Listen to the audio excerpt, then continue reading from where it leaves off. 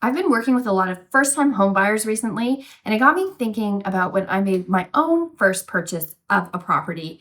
And it was a condo in Kitsilano here in Vancouver, BC, Canada.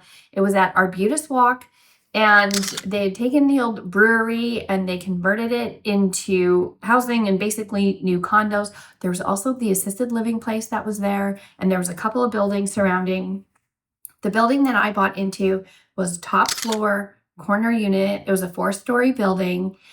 Beautiful wraparound deck, no one above me, only one shared wall, but the floor plan had a nice square layout to it, which meant everything was wide. You came in the front door, there was a den immediately to your left, coat closet, and then beside the den was the bathroom. And the bathroom even had a linen closet in it, which was just like pure heaven. And then the bedroom at the back, which also had a balcony off of it. Now, the bedroom was super tiny. It just fit a king or a queen size bed and a cabinet. I had a really nice cabinet in there. Super small, but that was okay because the living room was much bigger, which I'd way rather have more living room space than bedroom space because, we're really only sleeping in our bedroom. So as you went over to the other side, so remember we've come in the front door, den there on the left. So den, bathroom, bedroom in the back.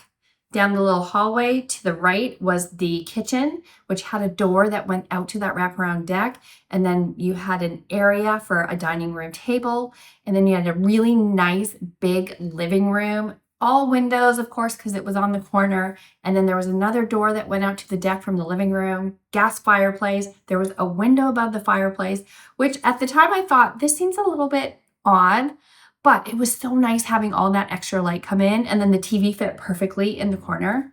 And I had cedars out there and it overlooked the park. And there was a big park space for everybody, but it also had walking paths. It was so lovely. And at the time I was working in accounting and finance. So I was working in downtown Vancouver. So it was really easy to commute to work. I had my own dog. I had gotten my own dog as an adult, my little Shih Tzu. He was fantastic, although he really didn't like to walk. And you'd take him out for a walk and I'd end up having to carry him most of the time. He just wanted to go out and say hi to everybody. And he had Molly, his little girlfriend in the building. That was so sweet.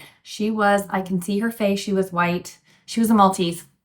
They were so cute. I digress. So I'm thinking of how I'm working with my clients, working on their first purchase. And I remember what it was like for me making a purchase. And there's so many things that you don't know. You don't know what you don't know. And I remember asking some really dumb questions. And I thought, all these people in the sales center, they were so lovely. They answered all my questions, didn't make me feel like an idiot. They understood that as someone who's never done it before, I'm going to have some questions. I might have some weird questions. And it's really about making sure that people feel comfortable, they know what they're getting into, and just lowering really your own stress because, again, you don't know what you don't know. So my experience was very good. I love that apartment. I remember I was completely freaked out that I was going to have no money. I wasn't going to be able to afford it. And mind you, I was already renting something and paying rent. And of course, it was all fine. At that time, too, if you had put down more than 20%, you had to pay property transfer tax. So I made sure to only put down 20%.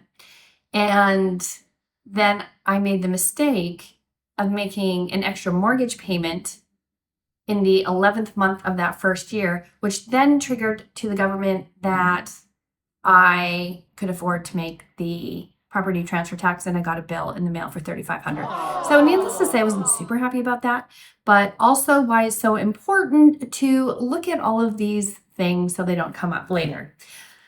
When you're making your first purchase, just ask all the questions. Ask everything. If you're not sure of them, of course, AI is also now a great resource in addition to your agent.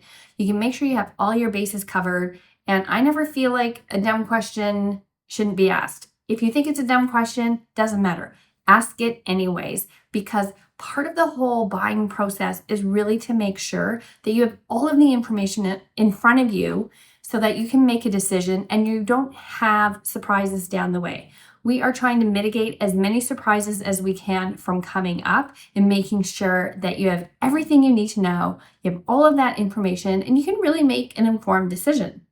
As you're going through your first purchase, of course, the first thing to start with is always that pre-approval. So important. And make sure that when you've had your pre-approval, it's done a deep dive, because sometimes the pre-approval can be a little bit high level, and then you make an offer on a property, something comes up, maybe there's a payment in there that you forgot about. Maybe you have something from 10 years ago where you had a dispute with your cell phone carrier and they still have something on your credit. And yes, that has happened, which is totally insane. So you got to make sure that you have all of that together. You're good to go. Make sure you know all of your costs that are associated with your purchase. And there's some differences you can have as a first-time home buyer where you can get some breaks, some rebates, things of that nature. But make sure you have all of those costs. You have notary, lawyer costs. But mostly, if you're not sure about something health of a property or structure of it or how the strata is going to work, you ask away, because that is what we're here for. And I hope as you embark on your first purchase that it goes well, and that yes, you are going to be totally freaked out, but you're also going to be excited. And once you get into your home for the first time and realize that it is your own home and you can do whatever you want in there, it's a pretty good feeling.